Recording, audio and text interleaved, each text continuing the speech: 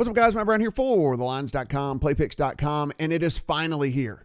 It is Masters Week. We're going to talk a little bit about the tournament before we get going, though. Go ahead, as always, hit that subscribe button. Everything we do is free over on the lines. Of course, this channel is free. Appreciate the support, but everything we do over on the website is free as well, so you'll get the first notifications whenever we get things up online. Go ahead and give us a thumbs up on the video, and then let us know in the comments how you're betting the Masters. I know you've been waiting on it since April like I have. It's been a year and a half since we've actually had a Masters tournament, but here we are, November. We are going to be teeing it up on Thursday. So over here at the lines, you can see we have a written breakdown here, power rankings. It'll give you a great, model has been run. We're taking in the different, these different categories right here, and then you come down. There's a preview here, but then you can see just a power rankings, and it's really good if you want to go in and take a look with all of that. I mean, certainly something that I would recommend you doing over at the line. So be sure and do that. First, though, really just want to get through and give you kind of a preview of this tournament. It takes place at Augusta. You know that it's, that this is a course that has been pretty good to one Tiger Woods, but I think Tiger's going to be on the fade list for me this week. 92 players in the field, 50 make the cut. They got rid of the within 10 strokes of the lead thing for this year, another weird 2020 thing because of the fact that they're trying to get in the final round on Sunday. There's less daylight than there is any other time of the year, and so they were worried they wouldn't have a chance to get everybody through. And so with that, it's just going to be 92 players with 50 making the cut. It's going to be 7,475 yard par 72. Bent grass greens that are incredibly fast, lightning fast. They play smaller than they really are because there's all these slopes and ways that the ball can trickle off the green and stuff. So going to have to be really good on the approach in this tournament to have some success. Now, there are 6 par 4s that play at 450 yards or longer. So this is just a monster of a course. But the 4 par 5s are actually fairly gettable, right? So the 4 par 5s we're looking at, and you'll start right out at hole 2 with a par 5 that actually gives up birdies or better about 37% of the time. So over a third of the players should birdie or eagle hole number 2. That's one of the scoring holes that's out there. There's a short par 4 at 3, which is another scoring hole, but you really get to these par 5s. Hole 8 is another that you get about a third of the field should be birdieing or better. And then you go down to the 13th, which is a par 5, and about 40% of the field should actually birdie or better this hole. So really, I took into account a ton whenever I was looking at my handicapping of guys that are scoring on par 5s. And that's how I'm kind of going about this right now is really looking at guys that, longer off the tee, but don't have to be just the incredibly huge bombers. And guys that are really good on approach and score on par 5s. That's really kind of how I'm going about all this. Now, there's rain in the forecast on Wednesday and Thursday, which should soften up the course. And with that, of course, what is you don't get the rollout, right? So that's why it will favor the longer guys a little bit more than the shorter guys, because the shorter guys aren't going to get the rollout. So you really need to carry as far as you can. So yeah, it's going to favor the Brysons and the DJs and the Rorys and those guys of the world that are super long off the tee. So something to keep in mind there. The past winners, if you're wanting to look at that as far as how you, and I'll keep scrolling here if you want to read along. I'll keep looking, if you want to look at guys that are similar or guys that if you think they'll have more success here. Of course, Tiger won last year. Patrick Reed the year before, Sergio Garcia in 17, Danny Willett in 16, Jordan Spieth in 15, Bubba Watson in 14, Adam Scott in 13, Bubba again in 2012, Charles Schwartzel in 2011, and Phil Mickelson in 2010. So let's take a look at the odds here. And one of the things that, with golf betting, a lot of people just talk about who's going to win the tournament, and that's the outright winner. And, you can certainly go about betting golf that way, and it's fun and it's sexy to be holding let's say you like Patrick Reed, whatever, this week, and you're holding a 30-1 ticket on Patrick Reed and he wins the tournament. That feels great and all that. But, frankly, guys, one person wins a golf tournament. There's 92 players in this thing. One person actually wins. So, I tend to gravitate a little bit more, and I'll let you know the outrights I do have, but, top 5s, top 10s. The other ways to bet this tournament, right? I mean, you can bet a top 20 at DraftKings. You can bet a top 30 at DraftKings. You can bet a top 40 over here at DraftKings. Yeah, I mean, listen, 92 players in the field, and you can bet a top 40 bet if you want to on some of these guys. And you say like, well, I mean, that's still over half the field, but you got to understand the way that the Masters works, because these guys want to continue to come back and play all these old guys that have won or got exemptions and stuff like that. So, I mean, look, we're talking literally just odds of never, ever, ever in a million years winning this tournament, and very likely not making the cut as well. So you can see these just huge numbers down here. And so what it comes down to is, while it's a 92 person field, it's really more like an 80 person field, 78 person field, because the guys at the very, very bottom are just kind of playing out the tournament because they can, because they're allowed to. So something to think about with that as well. So let's take a look here at, again, top 20, top 30. The other way you can bet this tournament, matchups. That's a head-to-head. So basically what you're looking at is strictly this person versus this person. So right now you'd be laying 134 on Bryson DeChambeau to beat Rory. And that's it. That's all he has to do. If Bryson finishes higher than Rory, or if you want to bet Rory over DeChambeau, whatever, whichever guy you pick only has to beat that one other guy, and then you win your money. So you're not worried about what anyone else in the field is doing. You're just worried about those two golfers on the matchup. So be sure take advantage of those as well. There are groupings, so they'll put together 5 different golfers and give you odds on who is the best finisher out of those 5. So be sure and take a look at those as well if you want to take a different approach to betting this. Of course, you can just bet, if you like instant gratification, round 1 stuff, round 1 matchups, round 1 groupings. They have all of those as well. What you'll also find here, make and miss the cut. And that's another way you can go in and bet this tournament, and all you're doing is betting for the guy to make the cut or miss the cut, however you want to go about it. So you're not having to worry about anything else that happens except for him making or missing the cut. Then there's these tournament props. You can go in and they'll, ask you what you think the winning margin is going to be, lowest round, yada, yada, yada. Those are just more for fun bets if you're looking for something like that. And then nationality props. And this is something we'll get to in just a second, because I actually have a couple of plays in here as well. So again, tons of different ways that you can actually bet the tournament if you want to go about it. So let's look at some of the outrights that I have, and I was fortunate enough, and so I'm not really going to make this as a recommendation. Obviously, you can see Bryson 7.5 to 1 over here on DraftKings, 8 to 1 over here on FanDuel. So a little bit more bang for your buck over on FanDuel on Bryson if you wanted to bet him. I actually took Bryson right at the restart whenever all this stuff came out about him being able to bomb the ball, and he came out and I kind of saw what was going on, and I was looking at the futures market and I was like, I'll just take a flyer on it. I had no idea he was going to have the success that he was going to have. This was before the Open win. This was before any of the other stuff that he'd been doing. And so I just took a flyer to get lucky.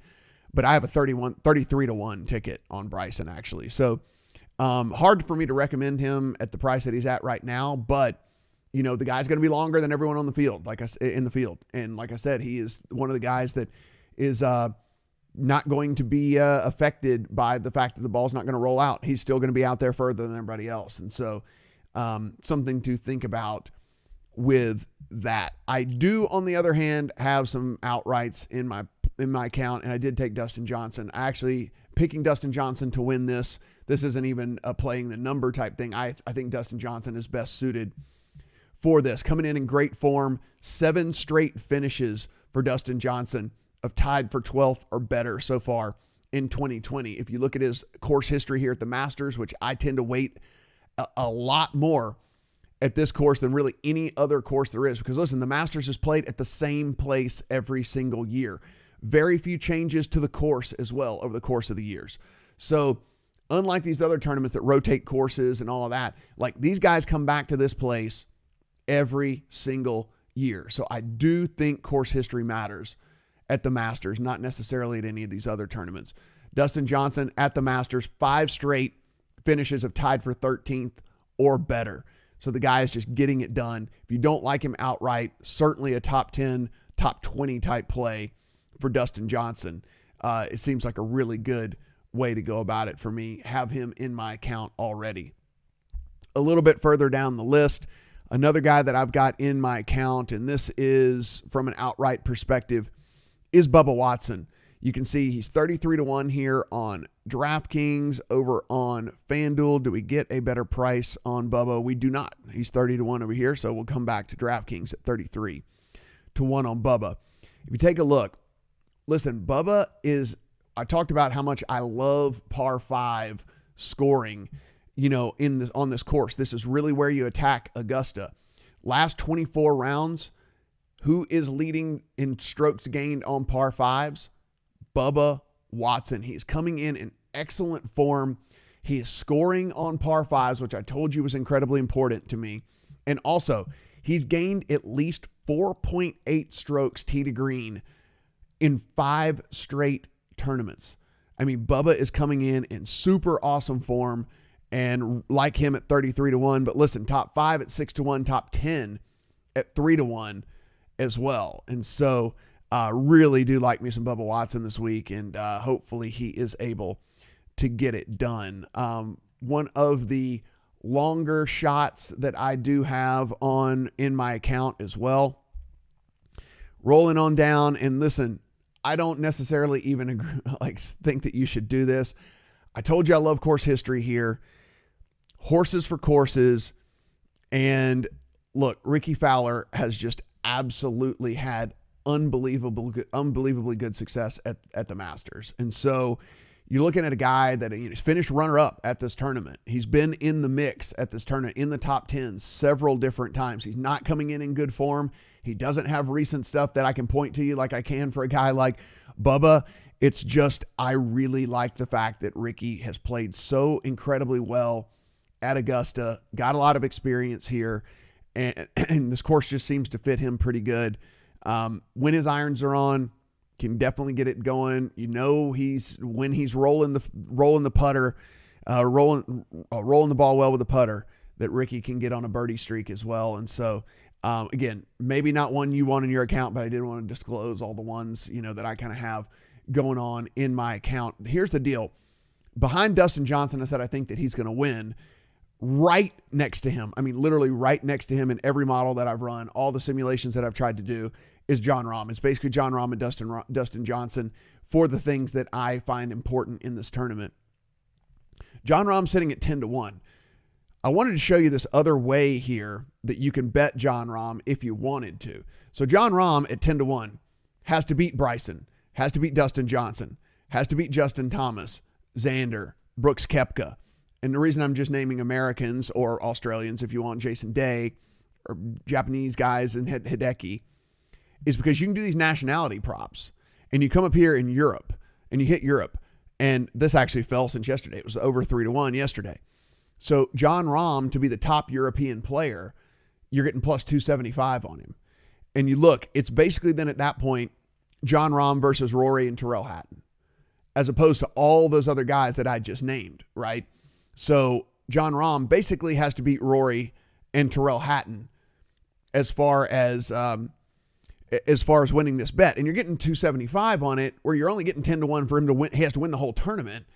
And you're getting 2.75 here to 1 for him to basically just beat Rory and Tyrrell Hatton. I mean, Tommy Fleetwood has not played well in America all year. He's been horrible, actually.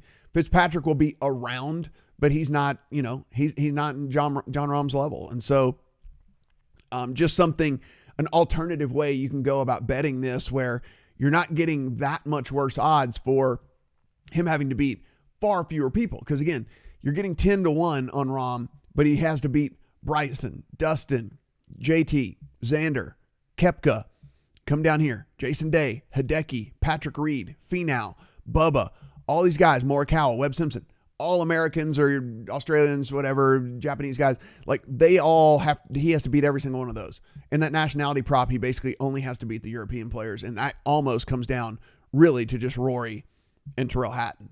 So another way to bet this that I really like is to go about that. The other thing is when you do click that nationality props, if you want to dig even deeper, now the odds aren't as great. You can actually hit continental Europe on that. And Rahm is minus 159 just against this group right here. You can see, Molinari being really the only guy that could threaten him here. I mean, Henrik Stenson has not shown any sort of consistency whatsoever. And so when you take a look at this, it's just like, man, 159. Yeah, you got to lay 159, but it's just for Rahm to beat this group of guys right here. So again, that's under nationality, and continental Europe is another play that I'm going to be playing this week for the Masters.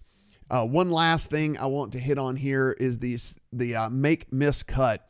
Look, if you're looking at cut streaks, Rory McIlroy's made 22 straight. Xander Schauffele's made 17 straight. Jon Rahm's made 12 straight. JT's made 10 straight. So all of the big name guys that you would expect to make the cut, you're just not going to want to play those guys. I mean, anyway, it's like the price reflects kind of all of that. So if anything, playing yeses isn't the way to go on these make miss cuts. It's playing nos. And so really find you a guy that you want to fade this week that you don't believe in, and bet the no on that guy to make the cut. That's really the only way to go about making money in these, because it's just priced in so heavily on the yes. I mean, Cantlay, you have to lay $5 to get to win one on Patrick Cantlay. So you can see this just priced in so heavily on the yes. So you really just want to be looking at no's on those for this particular tournament, because again, it's shorter field and the cut line is so deep into the field, and on top of that, there's so many guys in the field that aren't going to be competitive. So something to keep in mind for you there as well. On the matchup side of things, guys, tournament matchups, full tournament, I do have a couple in the account. I have Kokrak over Fitzpatrick. I love the way Kokrak has been playing lately. Also, this is a course, like I said, it's going to favor the longer guys here at least a little bit. Kokrak, one of the longer guys on the tour. Here's the deal. Not picking him to win. However, here's the thing about the Masters. We talk about familiarity with the course. Kokrak's first time to play, and what we have found is it just doesn't work out for winning this tournament if you're playing it for the first time. We've not had a first time winner since 1979. Fuzzy Zeller was the last time we had a first time winner on this course. And so I'm not playing really any of the guys that called debutant. They call them debutantes here as far as winning this thing. So no Morikawas for me, no Wolfs for me, things like that. So just something to keep in mind as well. As a matter of fact, Morikawa will be a fade for me in this tournament. So I actually have Jason Day over Colin Morikawa in a head-to-head. I told you I liked Ricky, so I have Ricky over Kuchar here in this head-to-head as well. And then coming down a little bit further, where was it? Yeah, as I mentioned, there's been no consistency whatsoever from Tommy Fleetwood since he's been on American soil. Scotty Scheffler, another one of those debutantes in this tournament. Don't think he can win it, but certainly think he can be better than Tommy Fleetwood in this tournament there. So those guys are all going to be in on my head-to-heads. Those are all going to be guys that I have action on. They made a head-to-head. I wanted to bet Bubba so many times, but Bubba against Koepka, just too close of a call for me right there in my model. So no bet on that for me. But the other thing, listen, it's going to be a fade of Tiger for me. It's going to be a fade of Morikawa for me. Popular guys like that. I'm not going to have any Rory McIlroy either. Probably not. Probably going to try to fade him as well. Just hasn't been able to put 4 rounds together. That's a fade at your own risk, however, because Rory McIlroy, one of the very best golfers in the world, as you know, and can certainly get hot and get it done. He just hasn't been able to put 4 rounds together in quite a long time. And so no action for me on Rory McIlroy. Guys, as always, head over the lines. Tons of different articles that you can see. This Power Rankings article is really, really great, but there's a few other articles on the Masters over there as well. So be sure and do that. Go ahead and hit that subscribe button down below. I really do appreciate your time and you supported the channel. Go ahead and give us a thumbs up, and then let me know in the comments how you are going to go about playing this tournament. Let me know which guys that you're going to have heavy exposure to and which guys that you're going to be fading this week as well. Certainly want to know that. And you know what? Maybe if you pick the winner, maybe we'll end up giving out. We're trying to do this Amazon gift card thing, so maybe we'll end up doing that if somebody picks the winner. And finally, if you are in any of these states right here, you need a sportsbook, go in, just click your state, and we have the very best deals you're going to be able to find. Free money, match bets, risk-free bets, all the different stuff like that. So you definitely want to do that. So don't let that opportunity pass you by. You want to get free money when they're going to give you free money. So be sure and take that. Guys, appreciate you watching. And as always, good luck on all of your bets.